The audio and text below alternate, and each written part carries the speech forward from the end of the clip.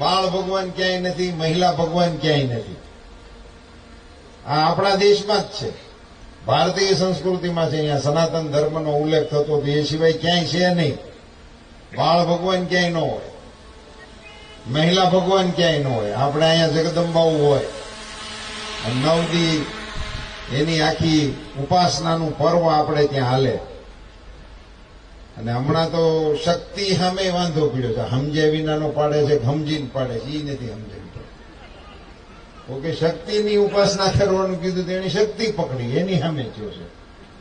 એટલે એવું બધું હાલ્યા રાખે આ દેશમાં. આ દેશ એવાના ભરોસે છે નહીં, વિરોધ કરનારાઓના ભરોસે છે નહીં. આ દેશમાં કે દિવસે રાવણે હરણ કર્યું તેની તારીખ નથી રામાયણમાં. કથાથી આપણે જાણી છીએ સીતાનું હરણ કર્યું હતું.